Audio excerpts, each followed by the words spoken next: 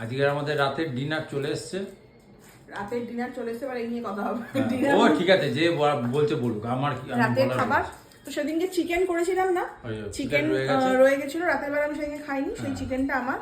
এখানে রায়তা রয়েছে, দুটো রুটি অলরেডি একটা ছিঁড়ে খেয়ে নিয়েছি। আর ওদিকে 90s এর গান চলছে, আমার গুরুর গান। হ্যাঁ 90s এর গান চলছে। আমি বসেছি আজকে ভাত নিয়ে, পুরোটাই একদম চেঞ্জ করে আজকে উনি বলেছেন যে ভাত খাবেন, আলু রায়তা দিয়ে ভাত, ঘি, পেঁয়াজ, ডিম সেদ্ধ, এটা আমার খুব প্রিয়। বাঙাল ভোলা ভাত খেতে চেয়েছে। দেখো ঘিটা দেখো, চকচক করছে এখন। বেঙ্গল মার্কা ঘি।